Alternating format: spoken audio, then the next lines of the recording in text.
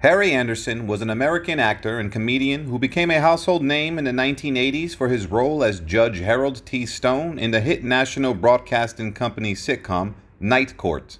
Known for his quick wit and impeccable timing, Anderson brought a unique energy to the show that made it a fan favorite for 9 seasons.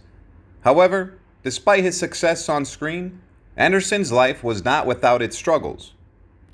Harry Anderson's early life was marked by instability and frequent moves. Born on October 14, 1952 in Newport, Rhode Island, he grew up in an unhappy home with his mother as his father had left them alone. The duo moved around a lot in Anderson's younger years, living in as many as a dozen states by the time he was 16 years old. It was in Las Vegas that his mother took a job as a casino dealer, leaving Anderson to spend many lonely days in the lobby of the Ambassador East Hotel, where men gathered to play cards and gamble. Luckily for Anderson, these card players took a liking to him and taught him how to play games, make wagers, and even perform card tricks. By the time he turned 16, Anderson's father invited him to live with him in Los Angeles, where he attended high school. It was during this time that Anderson began to take an interest in magic, eventually joining a club where he would socialize with other future magic stars like Jonathan Pendragon and Paul Harris. During the summer of his senior year at North Hollywood High School, Anderson visited San Francisco, where he first saw a street hustler performing the shell game. This sparked an interest in street performing and added a new dimension to Anderson's budding career as a magician. For Harry Anderson, the discovery of the shell game was a revelation. He realized he could use his magic skills to make money on the streets. Anderson developed his own routine and began hustling, but he faced challenges as he had no crew to support him. He was forced to hustle against a wall, meaning he had to work alone without shields to interrupt the game, place winning bets, or watch out for the police. Despite the obstacles, Anderson persevered, but his luck ran out when he was assaulted by an angry customer, resulting in a broken jaw. Following the incident, Anderson reworked his shell game into an act instead of a con. He performed it as a parody of a street hustler, adopting a persona he called Harry the Hat.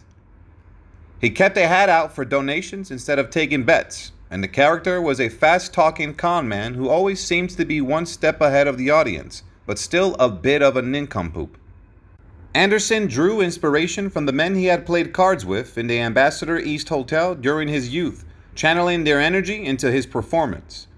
The character of Harry the Hat became so popular that Anderson was invited to perform at comedy clubs, where he continued to hone his craft and develop his unique comedic style.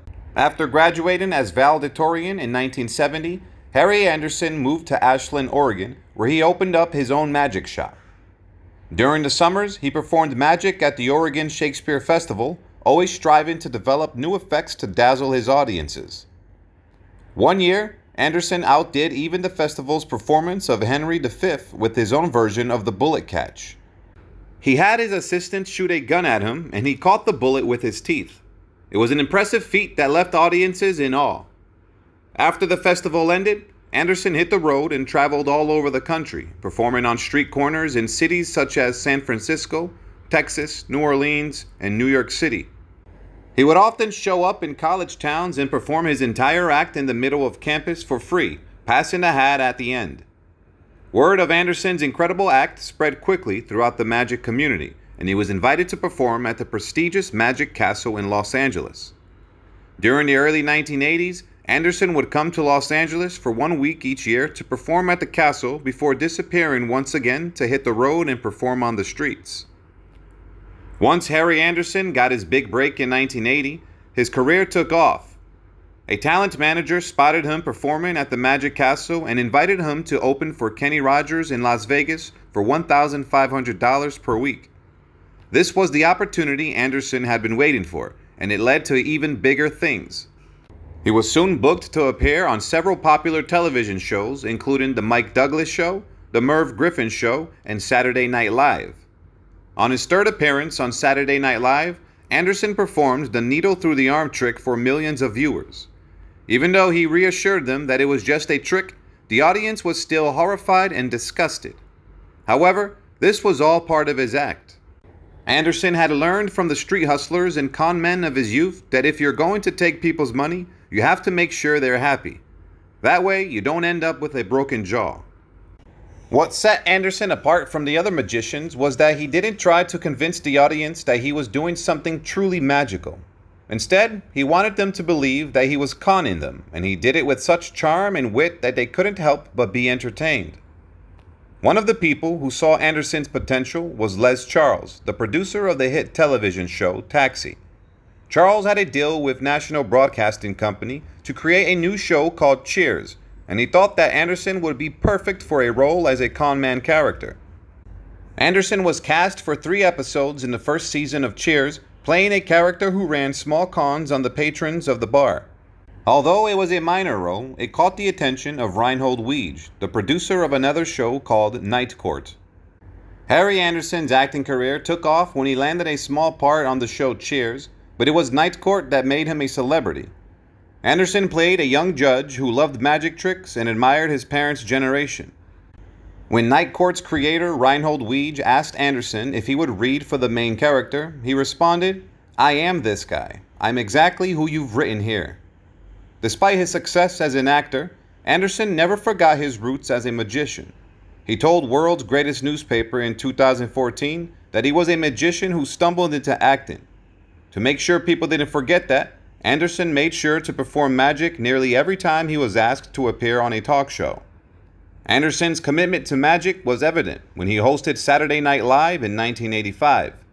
Instead of delivering a monologue, Anderson performed a trick where he ate a live guinea pig. Anderson wanted to make sure that people knew he was more than just an actor. He was a magician at heart.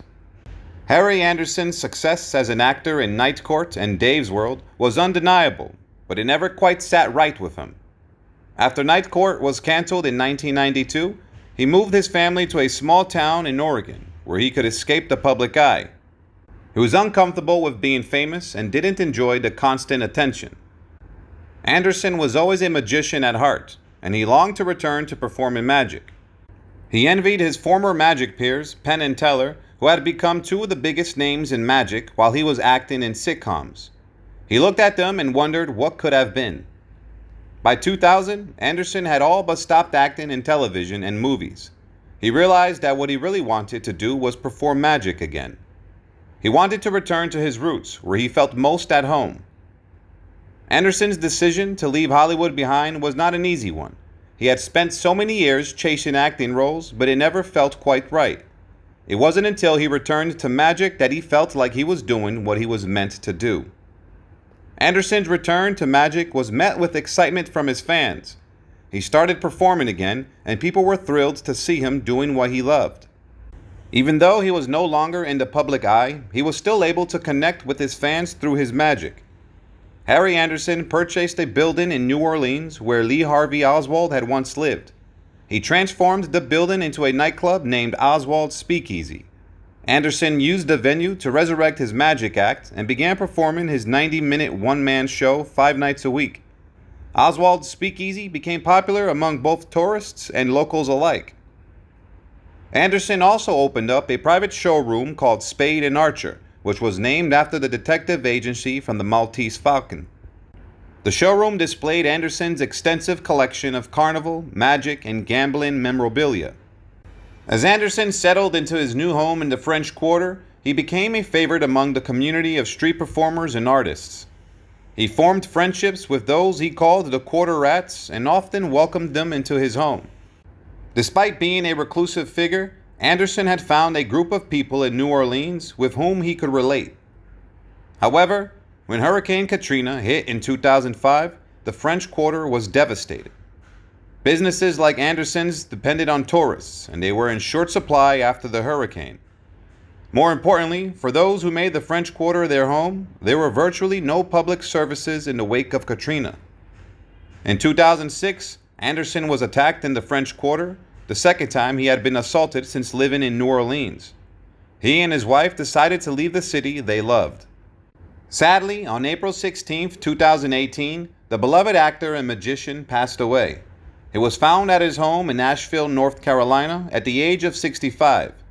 His death was a shock to his fans and loved ones, who remembered him as a talented performer and kind-hearted person. Rest in peace and goodbye, Harry Anderson.